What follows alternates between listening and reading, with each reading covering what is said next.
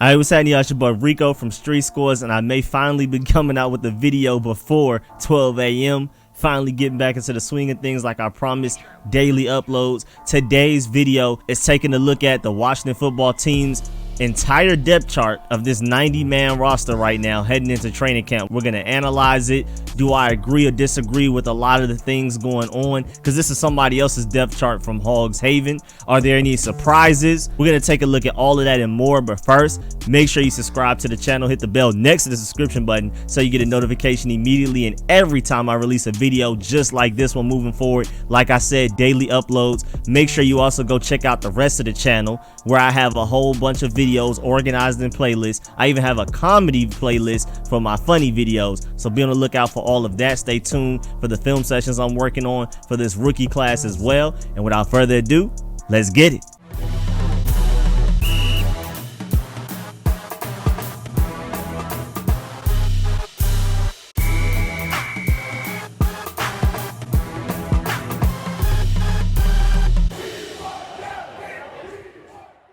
Alright, so Hogs Haven came out with the Washington football team depth chart updated to June 8th, 2021. This was at the start of mandatory minicamp, not at the end, and a lot of things happened in mandatory minicamp. So even some of the things I disagree with, maybe they even feel differently as of today after mandatory minicamps, especially somebody like Benjamin St-Juste. We're going to take a look at it though. First of all, if you're wondering what any of the colors mean, the brighter green is for clear starters, the ashier green, the lime green is borderline starter, high-end backup, the faded yellow is primarily backup special teams player, the faded peach is roster bubble practice squad player, the blue is draft pick rookie, and the pink is undrafted college free agent rookie. So when we take a look at this depth chart, those are the colors. That's what correlates with each color. And of course, we're starting with the defense. Got to. Best part of the team. Out of the 91 players, remember David Bada is an international program player, so that allows us to have 91 instead of just 90 like most teams. We're technically allowed an extra roster spot because of him. He is the 91st player.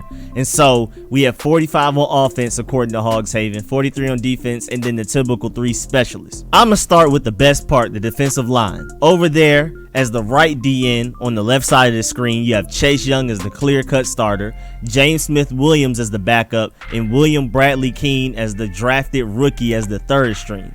And honestly, I feel like William Bradley King is going to work his way up through training camp and potentially make this 53-man roster, maybe even over a James Smith-Williams. Not confident in him making it over James Smith-Williams, especially since James Smith-Williams is versatile enough to where he could play interior defensive line like defensive tackle behind Deron Payne and Jonathan Allen, as long as being an edge rusher depth behind Chase Young and Montez Sweat.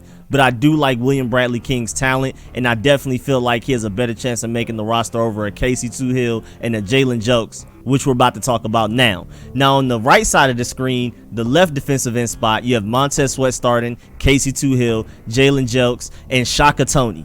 Now for me, I'm hoping, and I feel like Shaka Toney has the highest ceiling if he's able to move to outside linebacker, more like a Sam-like role. That's what I'm really hoping he could eventually emerge into. My preference. I mean, even when you change his RAS stats from defensive end to linebacker, he becomes an even more freakish athlete. And I definitely feel like with him going through coverage drills at the Senior Bowl and excelling at it, looking way better than what people even expected out of him, I think that's a natural transition for him, especially with him being undersized as a pass rusher, especially in a 4-3 defense. Maybe if we were running a 3-4 and he was just a pure pass rush specialist as an outside linebacker there as an edge rusher, but we're in a 4-3 and he's dramatically undersized. I mean, unless we're running those 5 defensive lineman sets that Jack Del Rio started to throw out there towards the end of last season, and he threw out there against the Buccaneers in the playoffs a couple of times. Maybe in that role, Shaka Toney can work as an edge rusher.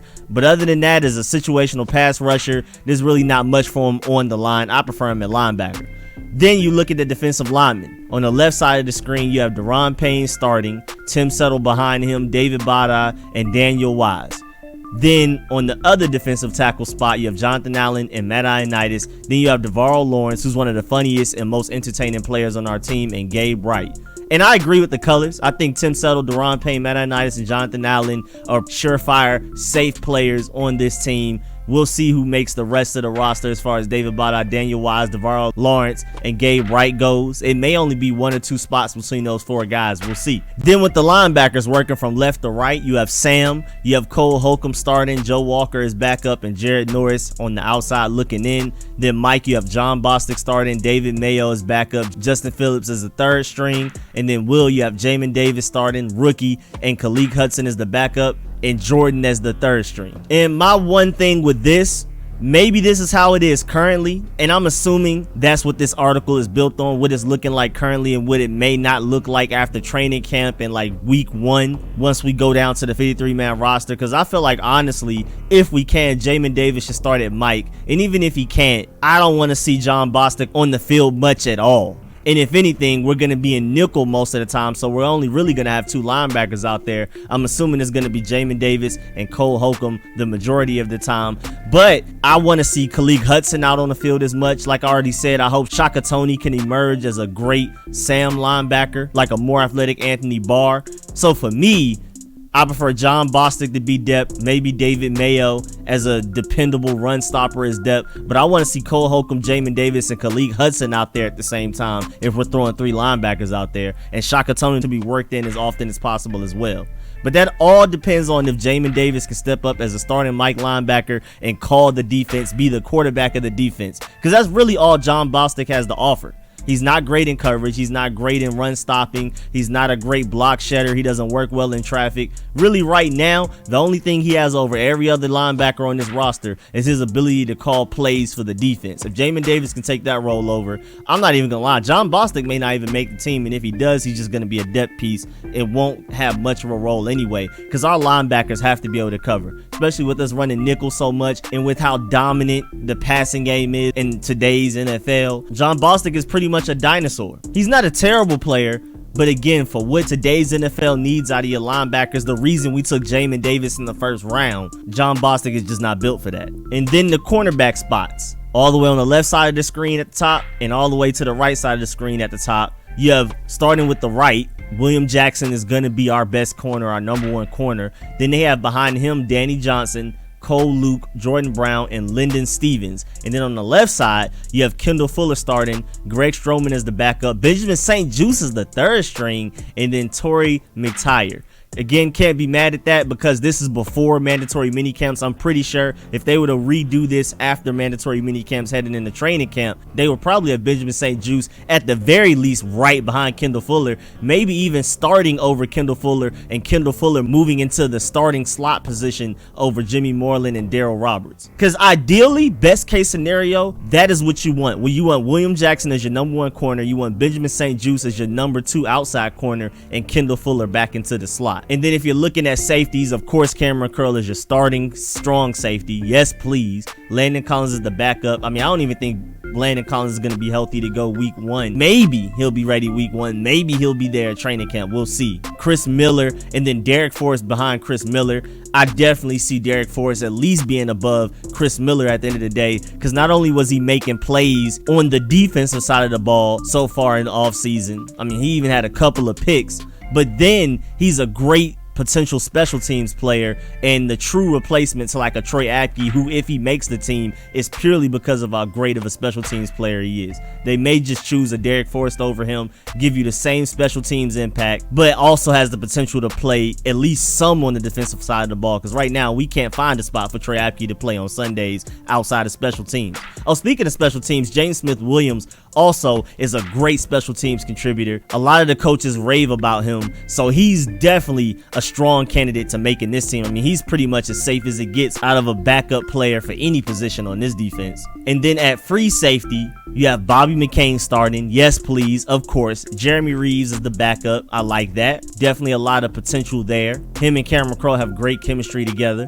And then DeShazer Everett. And then, of course, Trey Apke on the outside looking in. And I'm not entirely too sure if DeShazer Everett makes the team, because Cameron Crowe, Landon Collins holding it at strong safety. Bobby McCain, Jeremy Reeves holding it at free safety. I love DeShazer Everett. He's a great depth piece because he can step in at strong safety or free safety, but he's not particularly elite at playing at either of those positions. Bobby McCain and Jeremy Reeves are pure free safeties. That's what they do. And Bobby McCain can even double up as a really good slot corner if necessary. And then Cameron Curl and Landon Collins are obvious pure strong safeties, but you can really move Cameron Curl anywhere. Just don't put him at single high cover 1 free safety. But Cameron Curl can play cover 2, cover 3, cover 4, can play in the box, can play slot corner if you need him to. So having that much positional flex amongst our roster helps a lot as far as trying to narrow this down to 53 spots, because if you have a Cameron Curl that can play several positions, if you're not in love with a Jimmy Moreland and Darryl Roberts, when in doubt, Cameron Curl is like your backup slot on the depth chart, even though he's the starting strong safety as well.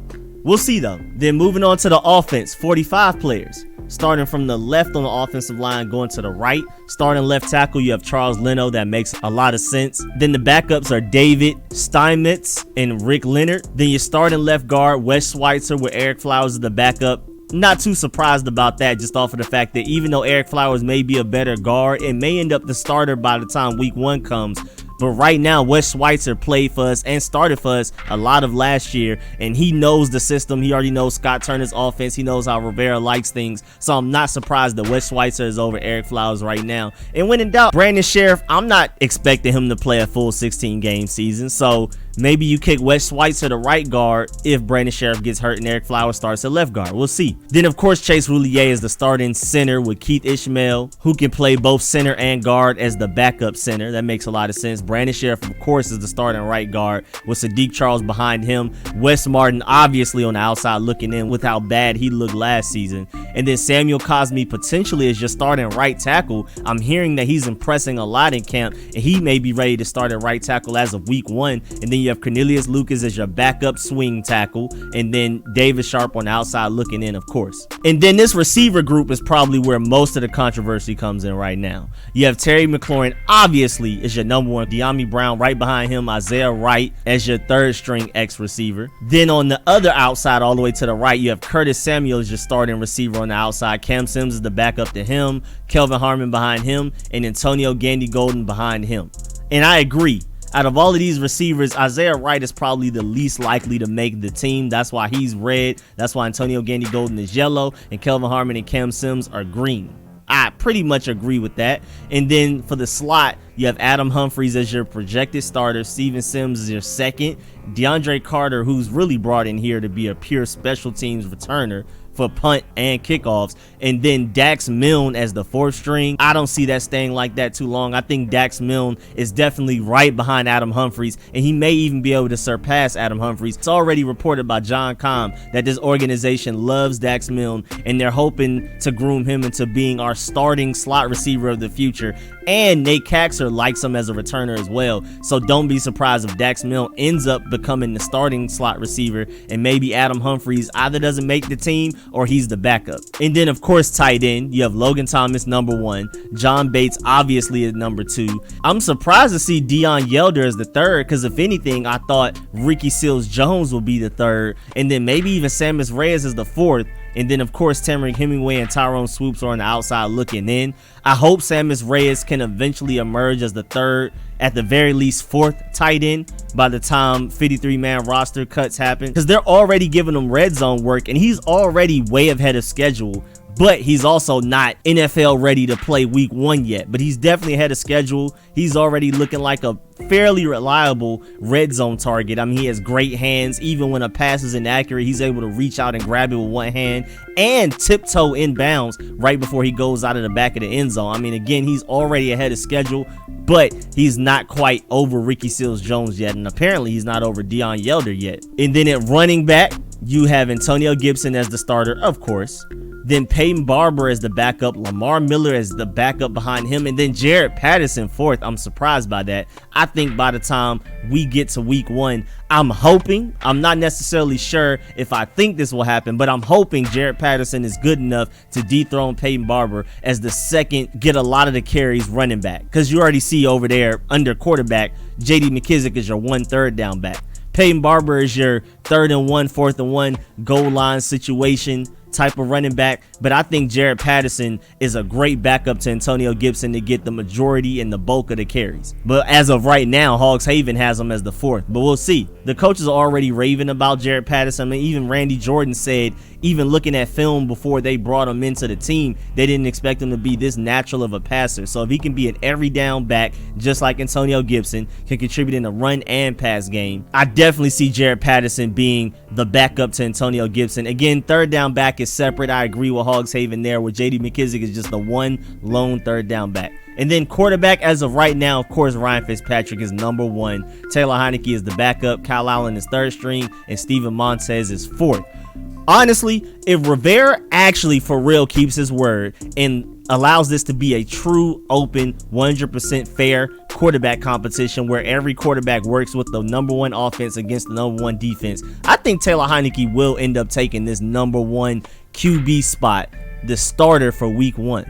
But I'm not entirely too confident that Rivera is going to actually allow that to happen. Even though he says he will, I don't think so. So I'm assuming Ryan Fitzpatrick will be the starter heading into training camp, and more than likely the starter heading into week 1. But again, for the reasons I've just given you, don't be surprised if Taylor Heineke is the starter week 1, because he does look like the better quarterback so far in offseason workouts. And then Kyle Allen, that's a weird one because he knows the offense. He's a better pure passer than a Steven Montez, but even then, he's not great at it. And I feel like if we have to throw Kyle Allen out there on the field, the game's pretty much an L anyway. And they're already working on trying to get Steven Montez involved in the offense in many ways. They're working him at special teams. They've been trying to design some Taysom Hill-like plays and a role for him. And Steven Montez was even working on routes a couple of practices. So Steven Montez is making the case to make this team just because he'll be a nice utility player, break glass in case of emergency, whether there's an injury to the receiver group, to the quarterback group, anything.